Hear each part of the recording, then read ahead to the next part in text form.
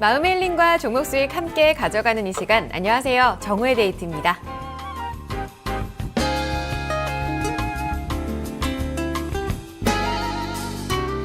가난한 농부가 있었습니다.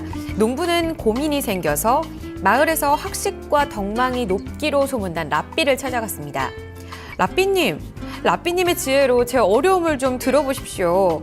제게는 같은 마을에서 태어나 어린 시절부터 오랫동안 동고동락해온 아주 절친한 친구가 있었습니다. 그런데 그 친구가 장사로 큰 돈을 번 뒤 싹 변해버려서 이제는 길에서 만나도 아는 체도 안 하고 그냥 지나쳐버린답니다. 어떻게 이런 일이 있을 수 있죠? 랍비는 한참 동안 눈을 감고 있더니 나지막이 말을 꺼냈습니다. 이쪽으로 와서 창문을 내다보게나 무엇이 보이는가? 산과 들, 빨래하는 안악들과 논길을 거니는 노인이 보이는데요. 랍비가 다시 말했습니다. 그런가? 그럼 이리 와서 이번에는 거울을 보게나 무엇이 보이는가? 저밖에는 보이지 않는데요. 농부가 대답했습니다. 그런 걸세, 인간은 돈을 갖고 있지 않을 때는 자네가 창문에서 본 것처럼 무엇이든 다 볼 수 있지만 재물이 생기면 유리 뒤에 종이를 발라놓은 것처럼 자기 자신밖에는 아무것도 보지 못하고 만다네. 농부는 친구를 이해하게 됐습니다. 주식 투자를 하면서 혹은 인생을 살아가면서 창문과 거울을 구별해가면서 세상을 내다보는 것, 오늘 다시금 좀 깨달아 보면서 새겨볼 필요가 있을 것 같습니다. 수요일 정오의 데이트 지금부터 함께 할게요.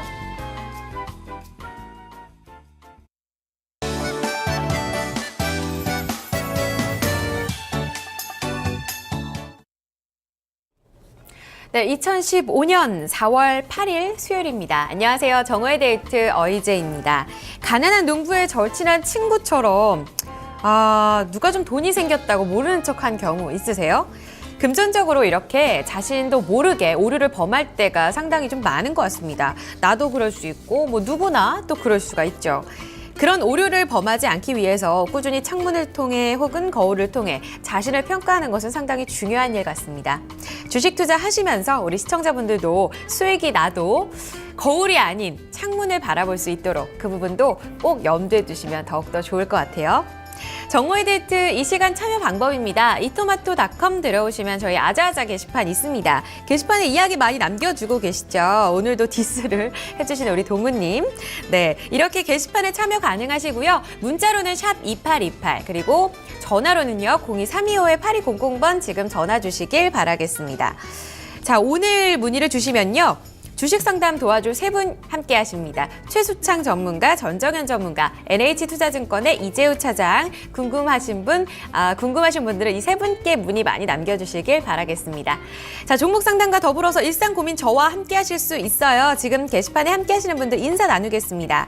스웨타님, 안녕하세요. 라면서 인사 남겨주셨어요. 그러면서 동우님 미워요. 안티쟁이 하셨습니다. 네, 다 같이 좀 미워해 볼까요? 동우님이, 지금 보니까 체리 농사꾼님께서 인사 남겨주시네요. 먼저 알려주셨어요. 동우님도 함께하고 계시고요. 그리고 체리 농사꾼님, 간만에 인사드려요. 정대 가족분들 별일 없으셨죠? 저는 그 흔한 감기도 안 걸리는데 독감에 걸려서 죽다 살아났어요. 희재 씨 근데 더 예뻐졌는데요 하셨어요. 감기 좋은데요? 아프고 나면 모든 게 다 아름다워 보인다고 하는데 제가 그 영향을 좀 받는 것 같아요. 감기 전 기저 효과 아닐까요? 진짜 반가워요, 체리 농사꾼님. 많은 분들이 찾으셨는데 이제야 돌아오셨네요. 이제 괜찮으신 거죠? 아프지 마세요. 진짜 독감 요즘 무섭다고 합니다. 다 같이 좀 격려해 주시면서 많은 분들이 또 반겨주고 계십니다. 투카스님도 함께하고 계세요. 마음의 창문 활짝 열고 오늘 출석해요 라고 해주셨어요. 반갑습니다, 투카스님. 그리고 프레야님도 함께하고 계세요. 반갑습니다. 그리고 세상을 다 가져라님, 책도 잘 읽고 하셨어요. 별나라님도 함께하고 계시고요. 어이자 사랑하기 좋은 날님도 함께하세요. 종착역에 도착했을 때 발견하는 것이 아니라 여행 중에 발견되는 것이다. 그 주어가 뭘까요? 바로 행복이라고 합니다. 여행 중 발견하는 것이다. 멋지네요. 정오의 데이트와 함께 행복을 발견하는 시간 되셨으면 좋겠어요. 말씀대로. 그리고 지금 아하님도 함께하고 계시고요. 마로니의 입새를 보면 님도 오늘 좀 급등랑 심합니다 라면서 남겨주셨어요. 맞아요. 칠봉이 님도 계시네요. 반가워요 해주셨고요. 가자 가야지 님 오늘 날씨가 좀 쓸쓸해요 라고 하셨어요. 좀 춥죠. 빨리 풀렸으면 좋겠습니다. 코크레인 머핀 님도 일찍 오셨네요. 날씨가 좋습니다. 남쪽은 좋은가 봐요. 정자에 우두커니 앉아 호수를 봤어요. 호수에는 하늘, 구름, 별, 달도 있죠. 호수를 바라보는 내 마음이 호수요. 하늘입니다. 이러면서 시적인 표현으로 오늘 정대의 문을 두들겨 주셨어요. 가장 먼저 또 인사를 남겨주셨네요. 감사합니다, 머피님. 냄새를 잘 보는 소년님. 안녕하세요, 희재 누나 하면서. 혹시 여기가 12시만 되면 향기로운 냄새를 볼 수 있다는 그곳인가요? 맞습니다. 이곳입니다. 오시면 바로 종목 상담도 함께 드리도록 하겠습니다. 지금 종목도 같이 남겨주셨는데요. 하나씩 풀어가 보도록 하겠습니다. 자, 전화부터 함께 할까요? 시청자님 안녕하세요. 예, 수고 많으십니다. 네, 반갑습니다. 네, 우리 시청자님 어떤 종목이 고민이실까요? 원익 IPS고요. 네, 원익 IPS요. 네. 네, 얼마에 몇 %세요? 11,100원에 20%. 11,100원 20%요? 네네. 혹시 이전에 전화 주셨었나요? 이제 예전에 전화했었는데 요즘 전화가 잘 안 되셨어요? 네. 그러셨구나. 원익 IPS 지금 좀 많이 내려와 있어서 고민이 좀 많으실 것 같아요. 요번에 바닥에서 좀 잡으신 건가요? 이게 한 며칠 전에 많이 내려오기에 네. 봤었는데 아무튼 이 종목이 굉장히 실투도 좋고 좋다고 해가지고 했었는데 많이 내리기에 실적하고 전망이 어떤지 궁금했어요. 네, 알겠습니다. 시청자님. 이 종목 작년에 아주 반도체 가운데서도 주도주 역할을 했던 종목이잖아요. 올해 역시 기대할 수 있을지 좀 자세하게 여쭤볼게요. 들어갑니다. 네, 자, 첫 종목 최수창 전문가의 의견 듣겠습니다. 전문가님 안녕하세요. 네, 안녕하세요. 네, 지금 원익 IPS 반도체 장비 가운데서 원래 대장주였었잖아요. 이 종목이 올해 들어서는 이렇게 내린지 잘 체크를 못했었거든요. 시청자님이 좀 이제 많이 빠지지 않았나 하고 잡으셨대요. 어떻게 볼까요? 네, 우선 이제 원익 IPS처럼 그 IT 장비 업체인데, 반도체 관련 장비 업체인데, 최근에 원익 IPS뿐만 아니라 PSK라는 종목도 같이 좀 보셨으면 좋겠어요. PSK라는 종목도 그렇고 원익 IPS도 그렇고 2013년도부터 14년도까지요.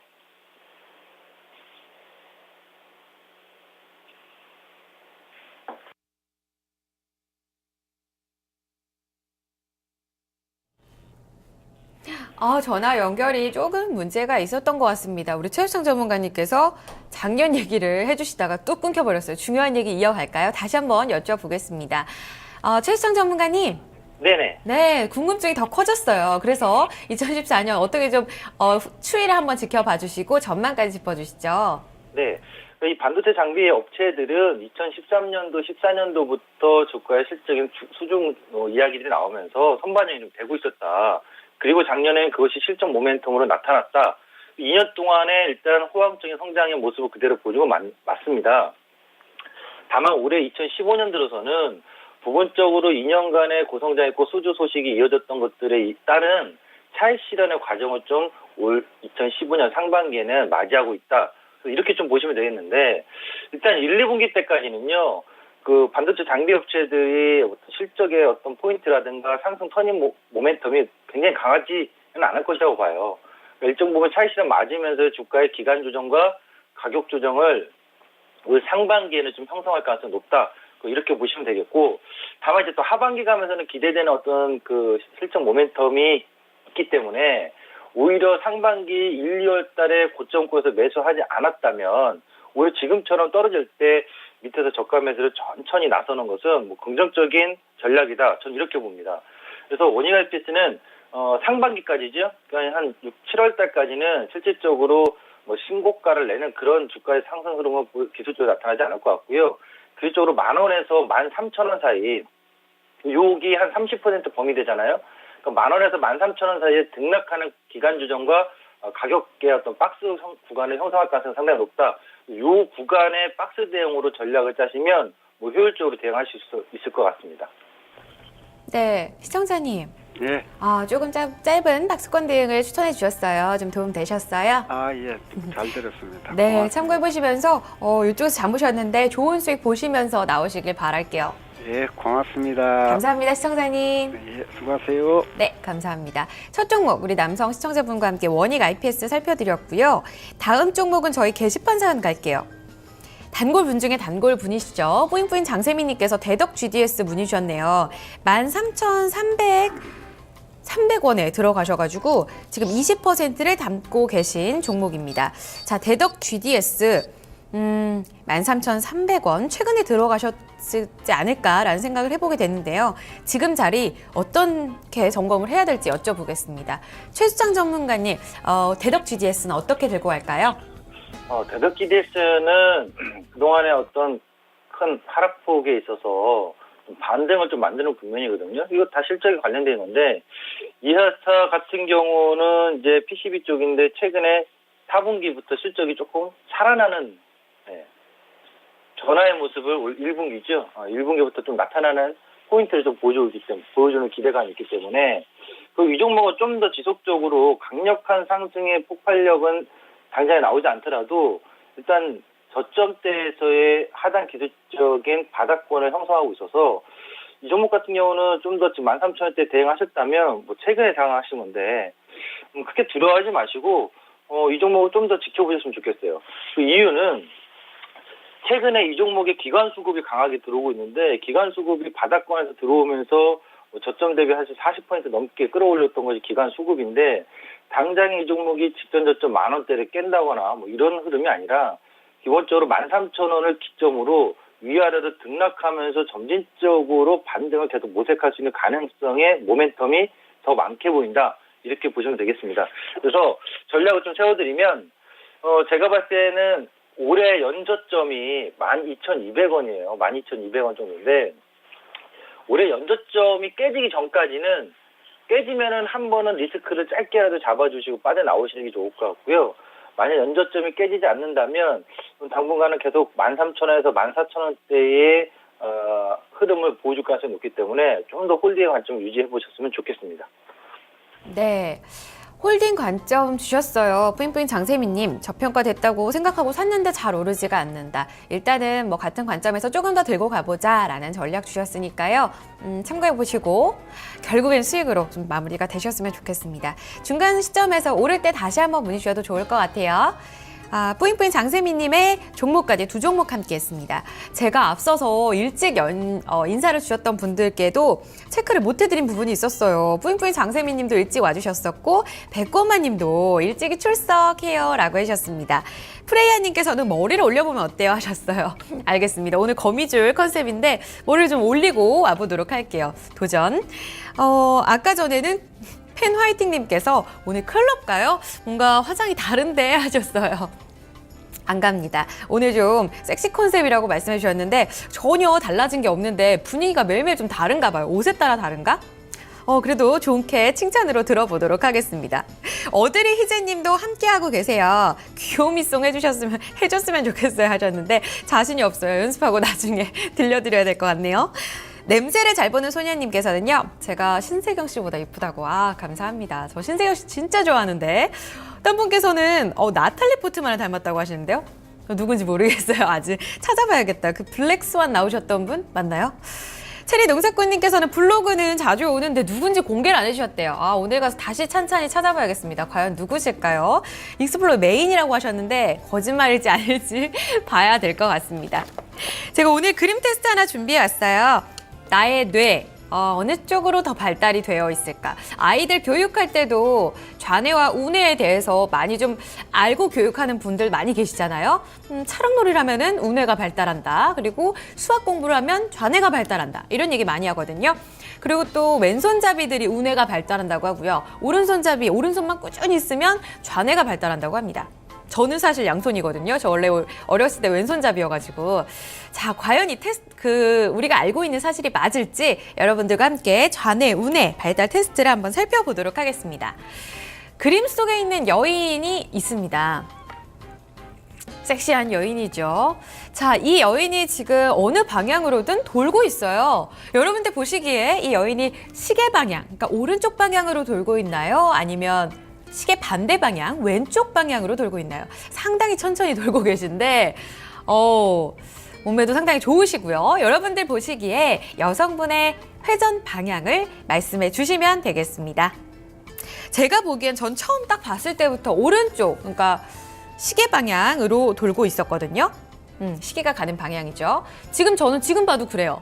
우리 제작분들은 어떻게 보셨는지 모르겠고 시청자분들도 어떠신지 모르겠습니다. 제가 한 분씩 얘기를 해주시면 그에 맞는 결과를 보여드리도록 할게요.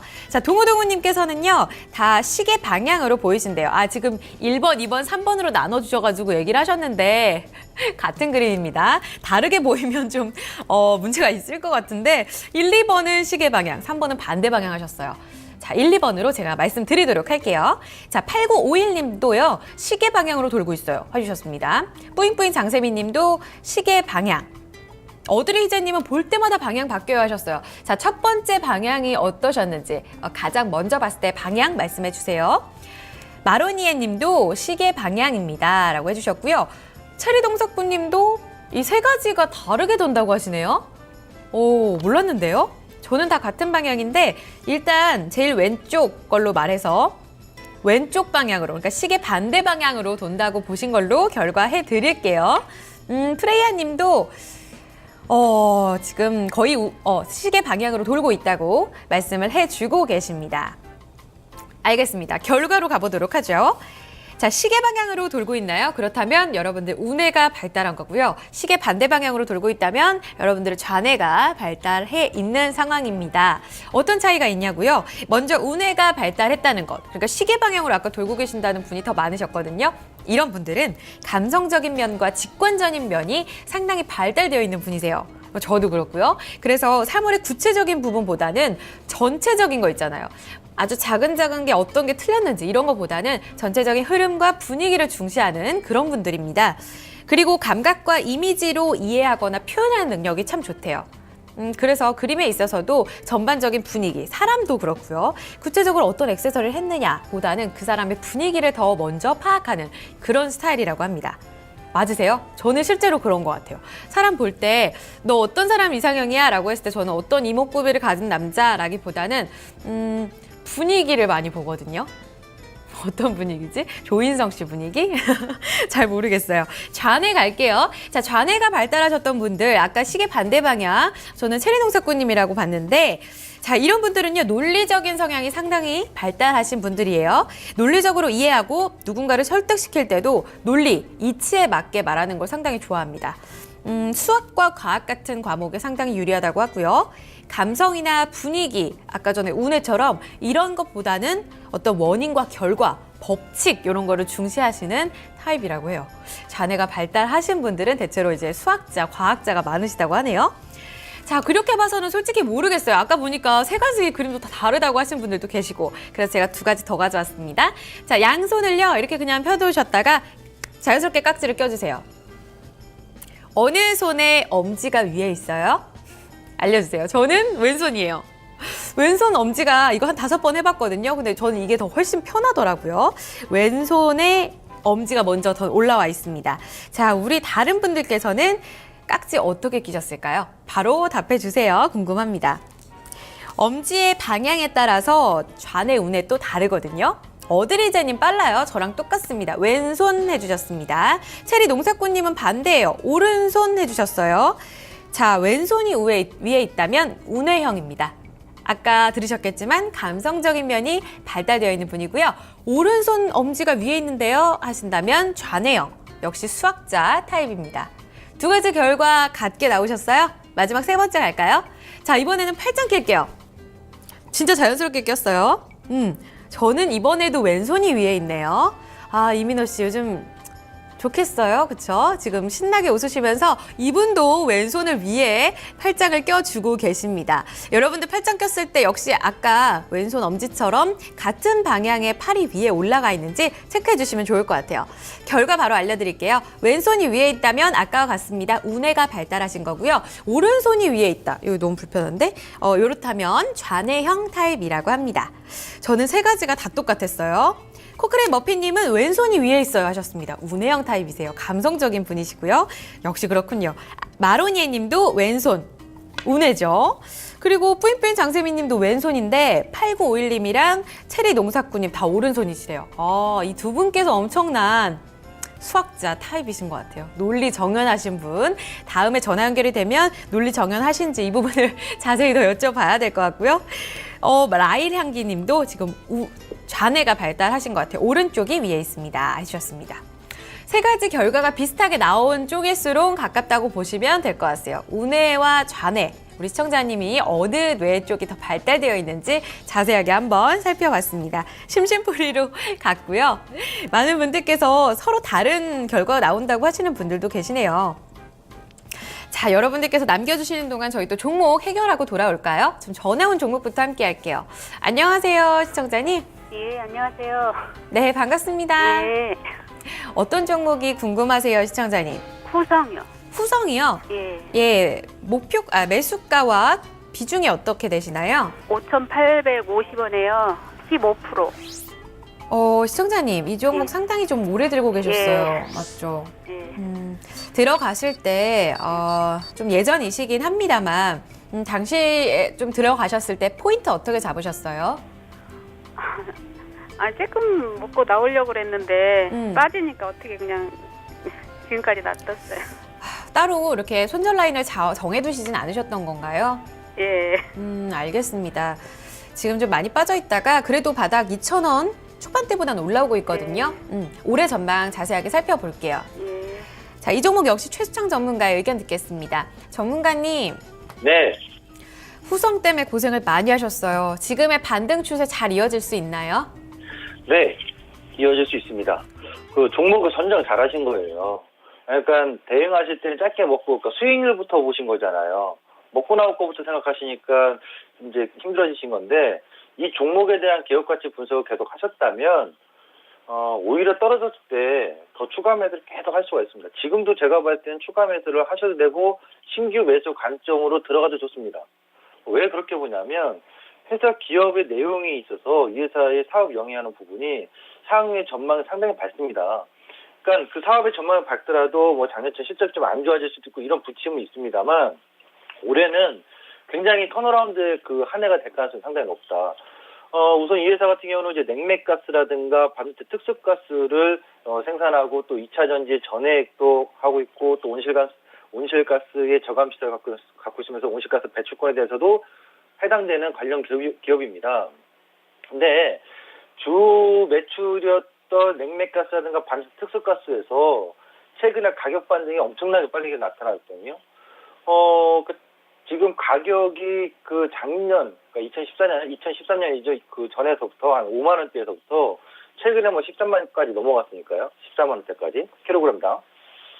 특수가스라든가 냉매가스의 원재료 가격이 상승하는 요인이 실적 턴어라운드의 포인트다. 이렇게 보시면 되겠고, 또 이것이 최근에 냉매가스 부분 같은 경우도 중국의 저가가스가 한국에서 국내에서 정부에서 쿼터제를 하면서 중국의 저가가스가 규제가 되고 있어요. 그런 부분에 있어서도 또 긍정적인 요인이다. 영업 환경에 있어서 이렇게 보시면 되겠고, 2차 전지 부분이 그동안 계속 발목을 또 잡은 부분도 있는데, 뭐 2차 전지는 뭐 이 기업뿐이 아닙니다. 다른 기업들도 2차 전지 관련된 기업들도 뭐 상당히 실적이 실망스러웠던 것들이 많은데, 2차 전지라는 이 분야가 사양 산업이 아닙니다.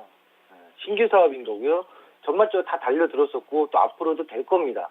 다만 너무 많은 경쟁이 심화되면서 또 공급 과열 얘기 나오고 수요는 그만큼 못 받쳐주다 보니까 2차 전지 분야에서 실적이 나오지 않아서 주가들이 많이 빠졌는데 2차 전지 관련주들은 앞으로도 꾸준히 보셨으면 좋겠어요. 그래서 후성은 2차 전지 전해액 물질을 삼성 SDI라든가 LG화한테 전량 공급하고 있기 때문에 앞으로도 2차 전지 산업에 대한 시장 수요가 점진적으로 커진다면 사업적으로의 성과의 빛은 볼 가능성이 높다. 전 이렇게 봅니다. 그래서 올해 실적의 턴어라운드의 한 해가 될 수 있다라고 보면서 기술적으로 설명을 드리면 오히려 전 시청자님이 거의 뭐 6,000원대 목표 평단가잖아요. 5,800원이면 오히려 지금 3,700원께 올라갈 때 양봉 나오고 할 때 가지 마시고 뭐 순간순간 음봉에 와서 흔들어 버린다. 그러면 추가 매수를 좀 더 하셔서 평단을 뭐 5,000원대나 4,000원대로 낮춰버리신다면 4,500원대로 낮추신다면 향후에 이 회사의 제가 보는 목표가는 장기적인 관점입니다. 뭐 한 해 올지 아니면 2, 2년에 걸쳐서 올지 좀 그건 지켜봐야 되겠습니다만 사업 전망이 워낙 밝아서 저는 목표가 7,000원은 갈 수 있다라고 봐요. 단 올해 한 해 대박 치면서 올라갈지 그거는 제가 정확히 어떤 전략적으로 설명드리기는 어려운 부분입니다만 뭐 이제 주가의 바닥은 나왔고 다만 빠르게 올라갈 거냐 아니면 또 올라갔다 내려왔다 하면서 등락을 좀 심하게 주면서 점진적 상승할 거냐, 뭐 이런 차이만 있지 사업 전망 밝다, 저는 이렇게 보여집니다. 네, 시청자님. 네. 종목은 잘 선택했다. 좀 시간 투자가 필요할 것 같은데 어떻게 보세요?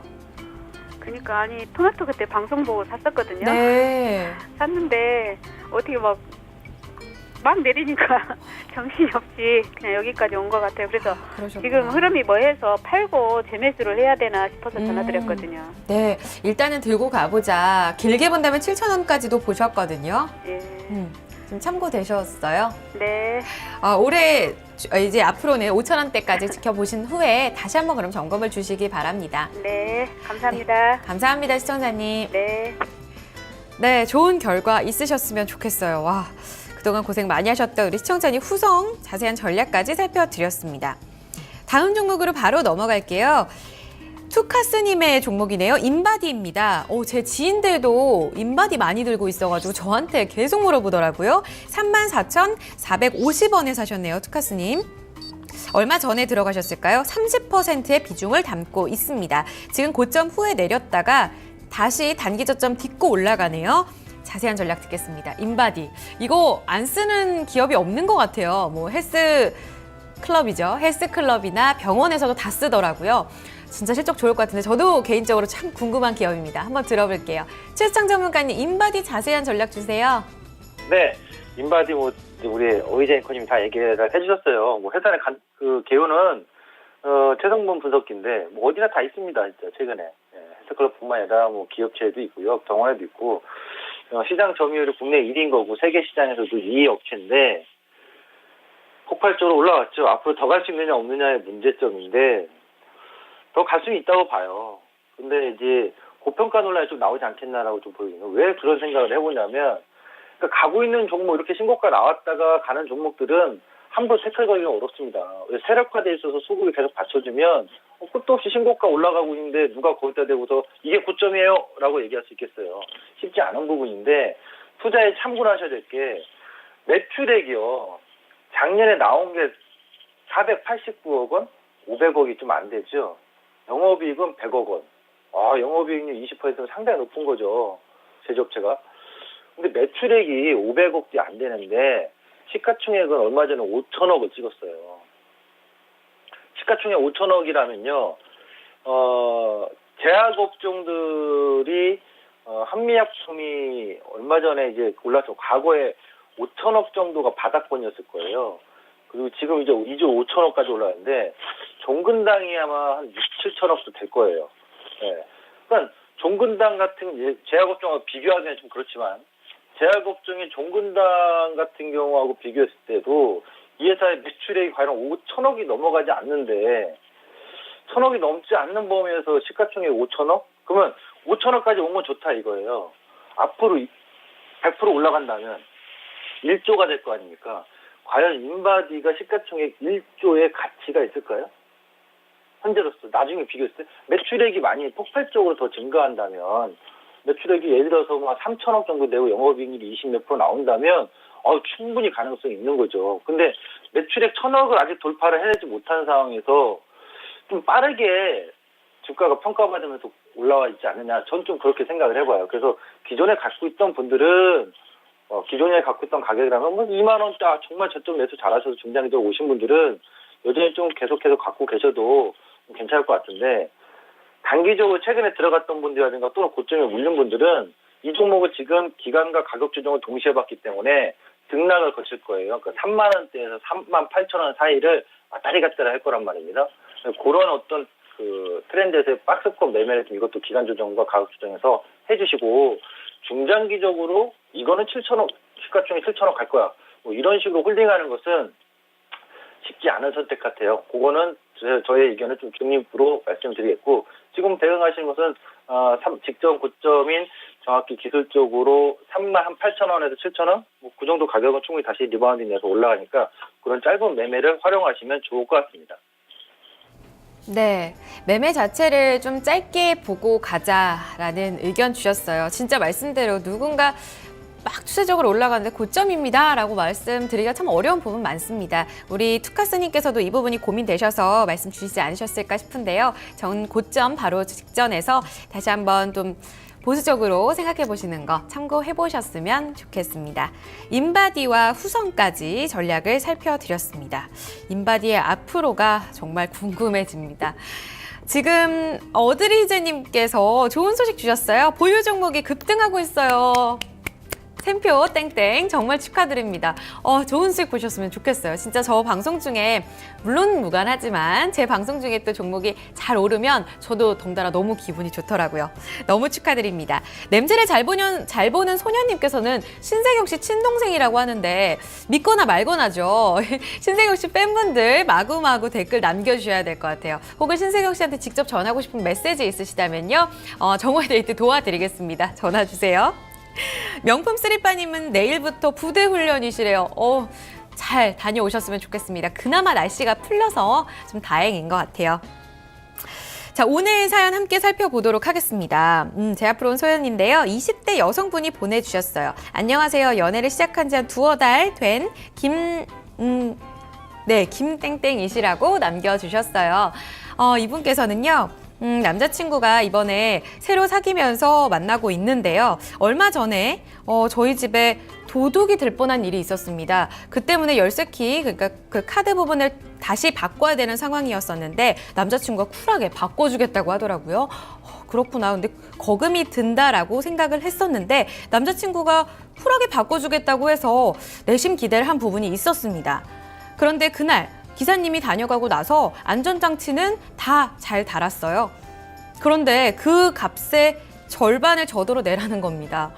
저는 순간 제 기대치가 높았을까? 좀 실망을 했어요. 뭐지?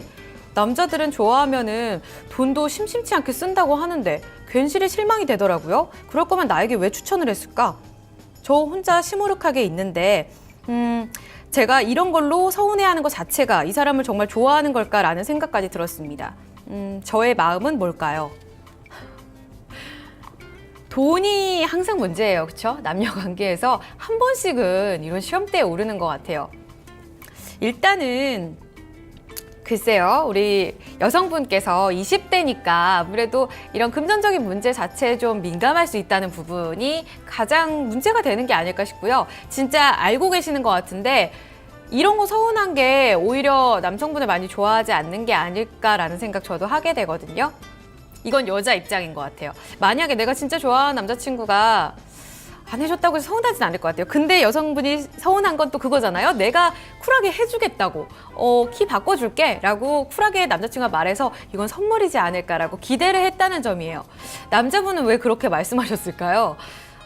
쿨하게 해주겠다고 하고 조금 돈이 너무 많이 든다라고 생각하셨을까요? 더 구체적인 금액은 남겨주시지 않으셨는데 이런 부분에 있어서 서운함을 말하는 게 맞을지 안 맞을지 남성분의 이야기를 좀 듣고 싶어요. 남자분들 진짜 좋아하면 뭐 펑펑 쓰는 건 아니잖아요. 그렇죠? 이 부분은 어떻게 생각하세요? 체리농사꾼님은 헤어지고 머핀님한테 가라고 하셨어요. 지금 가정에 있으신 분한테 가라고 하면 어떡해요? 이거 너무 안 좋은 방법 아니에요, 체리님? 프레이어님은 돈이 문제야. 로또 되고 가족들에게 말 안 한다는데 하셨어요. 그러게요. 진짜 돈이 문제일까요? 조금 더 의견을 기다려 보도록 하고요. 종목들이 또 있잖아요. 바로 한번 전략 살펴드리고 다시 우리 여성분 고민 해결해 드리겠습니다. 자, 전화 온 종목입니다. 안녕하세요. 안녕하세요. 네. 네, 시청자님 반갑습니다. 네, 기업은행 네. 12,800원에 10%인데요. 네. 단기간으로 봐서 얼마까지 갈 건지 아니면 또 지금 추가 매수 한 10% 정도 해도 될 건지 알고 싶어서요. 알겠습니다. 12,800원에 10%. 여기서 보유냐 아니면 추가 매수해서 좀 더 들고 갈까 고민하시다고요? 네. 알겠습니다. 바로 여쭤볼게요. 자, 전정현 전문가 연결하겠습니다. 전문가님 안녕하세요. 네, 안녕하세요. 반갑습니다. 네, 네. 기업은행 사셨습니다. 지금 자리 추가 매수와 전략까지 같이 주시죠. 예, 근데 추가 매수를 이제 우리가 어떤 종목을 한다는 것은요, 굉장히 그 강점이 있을 때 하는 거죠. 예, 상당히 좋을 때 하는 겁니다. 근데 제가 볼 때는 그래요. 지금 우리가 주식이 잘 되지 않습니까? 시장이 괜찮아요. 괜찮은데 현재 변화가 없는 종목을 살 것이냐, 이런 부분들을 잘 고민을 해보셔야 될 것 같습니다. 우리가 채권 투자를 하는 게 아니고 주식은 그야말로 그 변화가 있는 위험자산의 주식을 투자하는 관점입니다. 기업은행이 지금 뭐 그렇게 크게 내리지는 않죠. 뭐 잘 아시다시피 뭐 지금 현재 12,500원 근처가 이제 지지대 라인이 분명히 이게 되는 겁니다. 금리 인하를 또 한다 하더라도 지금 현재는 그것이 주가에 선 반영은 돼 있어요. 뭐 그거 누구나 다 알고 있습니다. 그래서 아마 안전하기 때문에 매수를 하신다는 건데 우리가 그 세계 증시 움직임들이요, 안전자산, 위험자산이 있지 않습니까? 마찬가지로 시장이 좋을 땐 위험자산에 투자를 할 수 있어야 되는 거거든요. 근데 기업은행은 그런 관점에서 보면 안전자산이에요. 근데 안전자산이기 때문에 안전은 한데 수익은 안 난다 이거죠. 그러니까 지금 추가할 이유는 저는 없다라고 봅니다. 뭐 있는 물량은 보유하실 정도는 되죠. 금리 인하를 또 한들 주가가 많이 내렸기 때문에 뭐 얼마나 내리겠어요. 네. 하지만 추가 매수할 정도의 매력은 없는 종목이다. 네. 지금은 그렇게 보고요. 나중에 진짜 추가 매수를 한다면 오히려 14,000원 권역을 완전히 뚫어버릴 때, 비싸더라도 그런 때 투자하시는 것이, 추가하시는 것이 그게 원칙이라고 봅니다. 네. 그렇게 말씀드릴게요. 네. 네, 시청자님. 네, 네, 잘 네. 들었습니다. 참고해 보셨으면 좋겠어요. 네, 감사합니다. 네, 감사합니다. 네. 기업은행 추가 매수는 조금 보수적으로 말씀을 해주셨습니다. 참고해 주시고요. 다음 종목 넘어갈게요. 게시판에 1523님의 KH바텍입니다. 3만 원에 들어가셨고요. 10% 들고 계신 분입니다. 이분 역시 좀 고점에 들어가신 게 아닐까요? 바로 여쭤볼게요. 네, 전정은 전문가님 KH바텍입니다. 업사이드가 높이 있을까요? 좀 단기적으로 봐야 될까요? 네, 지금 뭐 3만 원에 이제 들어가셨는데요. 제가 볼 땐 이분도 이제 마찬가지예요. 이제 지금 이 가격에 이제 매수하셨다는 거는 지금 뭐 그다지 그렇게 크게 내리지 않겠다. 과거에도 뭐 28,900원 선에서 저지가 여러 번 됐으니까 그 가격선 때는 유지가 되지 않겠느냐, 이렇게 보시고 아마 들어간 것 같아요. 그리고 메탈 쪽의 모멘텀을 역시 보고 들어가신 거라고 봅니다. 네, 물론 좋습니다. 네, 괜찮은데 우리가 그 투자를 할 때는요, 밑바닥에서 강한 매수 사인이 나올 때 잡는 게 좋아요. 근데 지금은 물론 그다지 그렇게 크게 내리지는 않는데 강한 매수 사인이 나온 건 아니죠. 그러니까 강한 매수 사인이 안 나왔다는 얘기는 28,000원권의 지지권역이 사실 그 나중에 깨질 수도 있는 리스크도 있다는 거예요. 강한 매수 신호가 나왔다면은 28,900원대는 지지를 하겠다, 그런 신호를 보여준 걸로 봐야 되지 않겠습니까? 그래서 물론 지금 현재 뭐 그렇게 크게 뭐 밀릴 걸로 그렇게 보이지는 않고, 뭐 메탈건에 대한 플러스 요인이 물론 있고 그렇긴 합니다. 근데요, 가만히 보세요. 지금 펀더멘탈 대비해서 주가 자체는 낮은 건 아니에요. 낮은 건 아닙니다. 그걸 감안하셔야 되겠고요. 유지는 하실 수 있어요. 뭐 28,000원대 완벽히 종가로 무너지지 않으면 가격은 이제 지지가 될 가격선에 이제 근접했다고 봅니다. 하지만 매력은 없어요. 지금 현재 매력은 없습니다. 그래서 유지는 하지만 추가 매수 같은 경우는 하지 마시고요. 반등을 좀 기다려보는 정도, 그러니까 홀딩 정도는 유효하다. 추가 매수는 하지 말아라. 28,000원대는 확실하게 손절가 라인으로 설정을 해라. 이렇게 제가 말씀을 요약해서 드리겠습니다. 네. 네, 28,000원이 깨지지 않는 이상은 보유 전략입니다. 이와 더불어서 추가 매수 하시지 마시고 좀 짧게 가져가 보시는 전략 참고해 보시길 바라겠습니다. 두 종목도 함께 살펴드렸습니다. 지금 여러분들께서는 보이는 라디오 어이제 정회데이트 함께하고 계세요.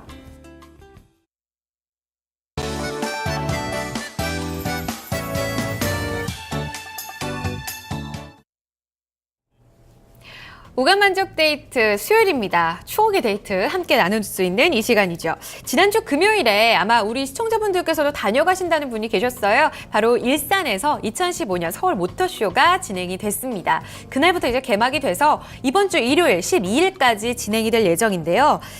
BMW 이번에 미니 힙합 에디션이 나왔고 기아 소렌토의 엑스카, 현대차의 타요버스까지 진짜 멋있는 신차들의 향연이 이어지고 있습니다. 이렇게 점차 기술이 점점 발달을 하게 되면서 멋있는 차량, 이 기존 차량의 옵션을 조금만 추가해서 또 새로운 그 라인이 나오고 있잖아요. 이렇게 신차들은 꾸준히 출연을 하면서 점점점 구시대 차와는 격차가 벌어지고 있는 상황입니다. 이런 신차들도 언젠가는 또 추억 속으로 사라지게 되겠죠. 그래서 오늘은요, 예전엔 명차였지만 지금은 추억 속으로 사라져버린 자동차 이야기를 좀 나눠보려고 합니다. 우리 시청자분들, 첫 차가 어떤 차셨어요? 궁금합니다. 저희 아버지 첫 차가 지금 문득 생각이 나는데, 불현듯 생각이 나는데, 여러분들의 첫 차, 그리고 로망카에 대한 기억들 많이 남겨주세요. 자, 톱3로 가보도록 하겠습니다. 지금은 GM 대우라는 이름으로 알려져 있는데 한때 국내 차였던 대우에서 나온 차량입니다.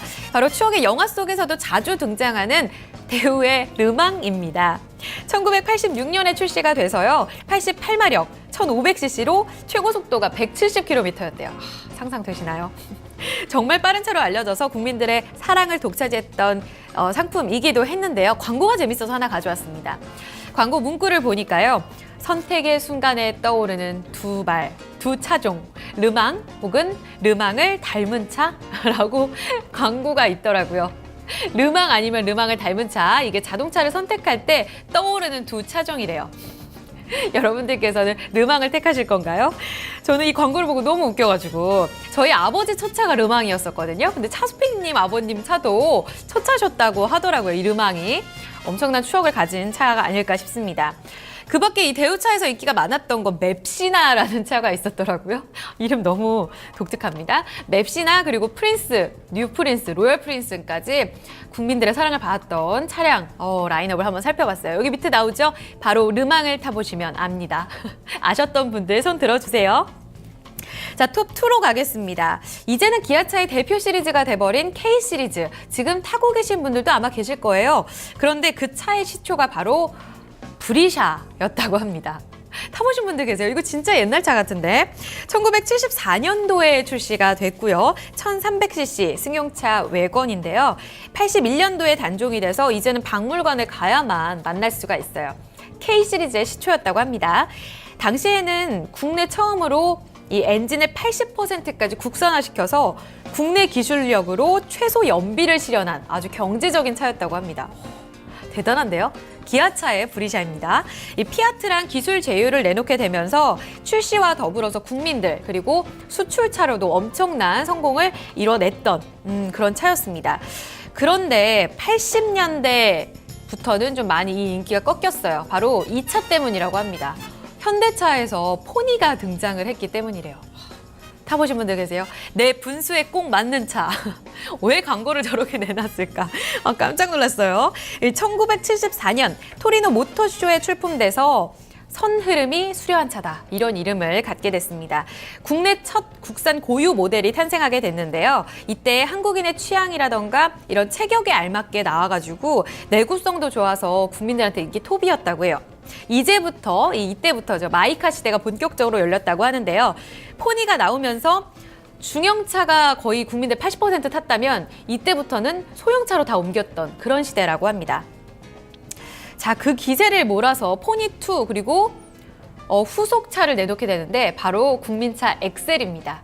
요거는 타셨던 분들 많으실 것 같아요. 포니 엑셀 신차 발표회.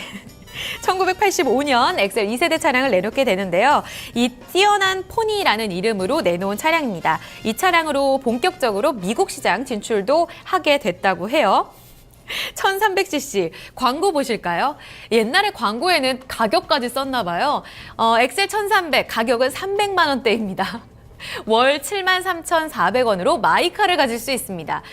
할부 36개월 할부 73,600원 내면 마이카 시대가 열렸던 그 시대예요. 우리 시청자분들 혹은 우리 시청자분들의 어머니와 아버지 세대 때 진짜 사랑을 받았던 차가 아닐까 싶습니다.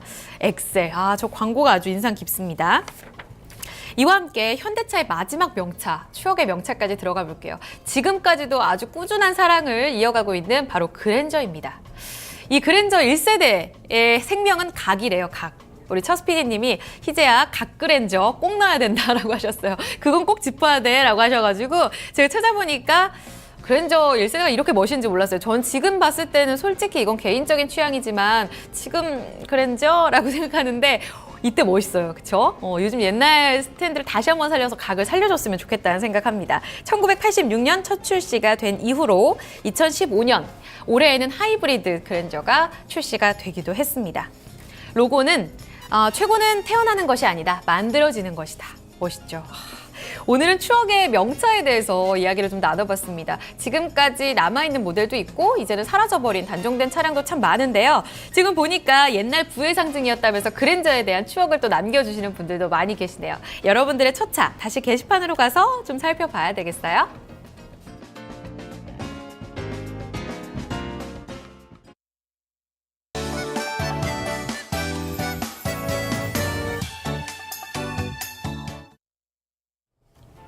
네, 오늘 추억의 자동차 이야기 나눴습니다. 자동차다 보니까 남성분들이 참 관심이 많아요. 르망 얘기, 브리샤, 그리고 스텔라 얘기도 해주시네요. 맞아, 스텔라도 봤어요. 전 맵시나 이름이 잊혀지지가 않습니다.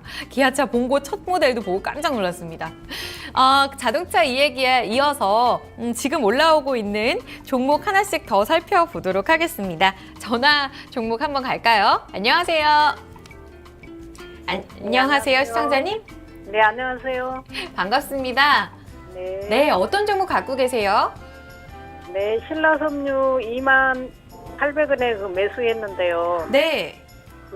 그거를 어떻게 보유해야 될지 어쩔지 한번 알아보려고요. 28,000원에 20%. 네. 알겠습니다. 신라섬유 바로 여쭤볼게요.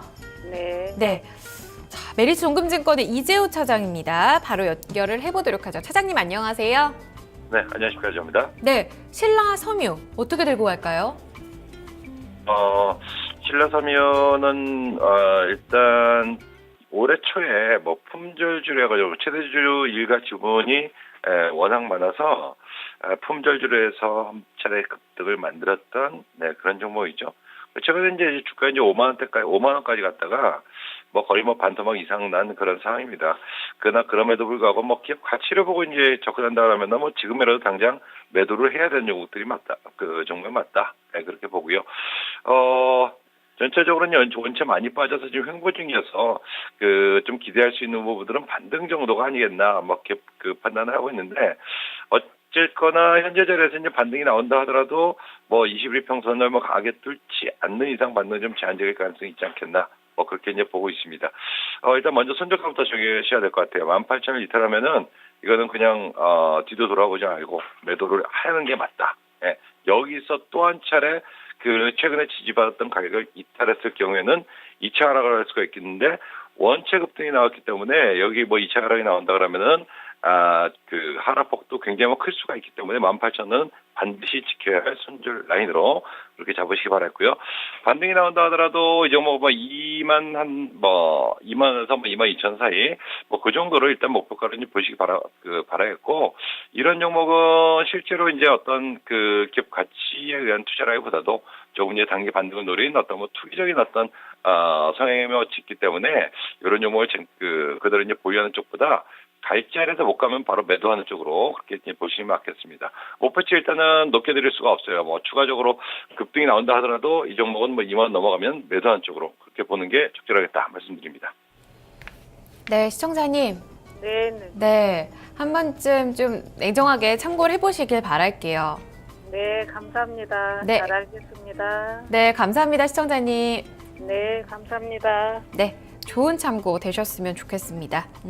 간략하게 살펴드렸고요. 다음 종목 바로 갈게요. 증권통으로 뒷산에서님께서는요. IT 갖고 계시네요. LG 디스플레이고요. 35,300원에 지금 80% 들고 계세요. 35,000원대에 들어가셨는데 지금 비중 상당히 많아요. 한번 추가 매수를 하셨는지는 확실히 알 수 없습니다. 지금 자리 좀 많이 내려왔어요. 바로 여쭤볼게요. 차장님, LG 디스플레이 올해 전략 어떻게 들고 갈까요?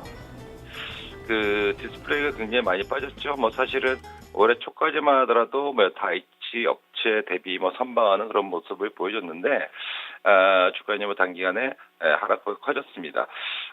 일단 여전히 뭐 TV 시장에 대한 뭐 기대, TV 교체 수요에 대한 기대, 뭐 이런 뭐 보고서는 나오긴 합니다만은 TV 쪽은 아무래도 좀 약합니다. 그 전체 이제 IT 쪽에서 뭐 반도체라든가 혹은 뭐 그 스마트폰 쪽이 뭐 살아나게 되면 오히려 TV 쪽은 좀 이제 그 조정이 나오는 경우가 이제 많이 있고요. 만약에 이제 TV 부분에 대한 기대로 올라갔다라고 하면은 그런 부분들은 뭐 시장 자체가 뭐 특별히 먹을 게 없고 그 상승할 종목이 많지 않기 때문에 좀 그 대안으로 좀 상승을 좀 만들어갔다. 뭐 이 정도로 보는 게 적절할 것 같고요. 그러나 뭐 그럼에도 불구하고 지금 자리는 단기 하락폭이 컸기 때문에 좀 반등을 기다려야 될 자리가 아니겠는가 그렇게 판단을 합니다. 일단 이제 보유를 뭐 유지를 하시되 반등을 노리는 쪽에 이제 보유를 그 말씀을 드리도록 하겠는데 반등 시에는 그 반등의 목표치를 뭐 크게 잡기는 좀 어려울 것 같고요. 매수가 이상으로 회복되기에는 좀 시간이 좀 많이 걸리지 않겠나 막 이렇게 보여져서 목표치는 한 33,000원 정도를 말씀을 드리도록 하겠습니다. 네, 목표가까지 설정해 주셨네요. 33,000원 부근 너무 높게 잡지 말고 이 가격대에서 빠져나오는 전략도 한 번쯤 참고가 필요하실 것 같아요. 뒷산에서님 한 번 더 참고를 해주시길 바라겠습니다.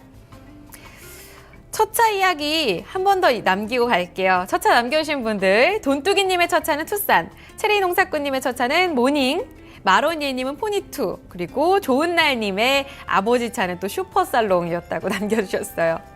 추억의 자동차 속으로 또 이야기를 남겨보니까 많은 분들과 더 가까워진 것 같아요. 역시 남자분들의 차 이야기는 끝이 없는 것 같아요. 아까 전에 그리고 어드리님의 아버지 첫 차는 폰이었는데 대관령을 그 차 타고 넘나들면 스릴이 대박이었대요. 저도 궁금하다. 인증샷 좀 보여주시기 바랍니다.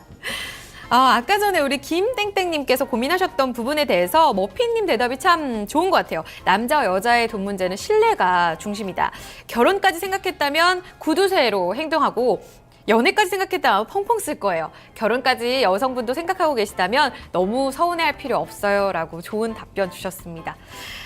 참고해보시면서 두 분도 싸움 잘 푸셨으면 좋겠어요. 늦게 와주신 멋진 남자님, 참치 두부찌개님까지 인사 남겨보면서 정오의 데이트 여기서 인사드리도록 하겠습니다. 저희가 살펴드렸던 종목 진단 내용, 최종 판단의 책임 우리 시청자분들께 있다는 점 다시 한번 양지해 주시고요. 남은 2시간도 성공적으로 대응 이어가시길 바라겠습니다. 저는 내일 목요일 12시 먼저 가 있을게요.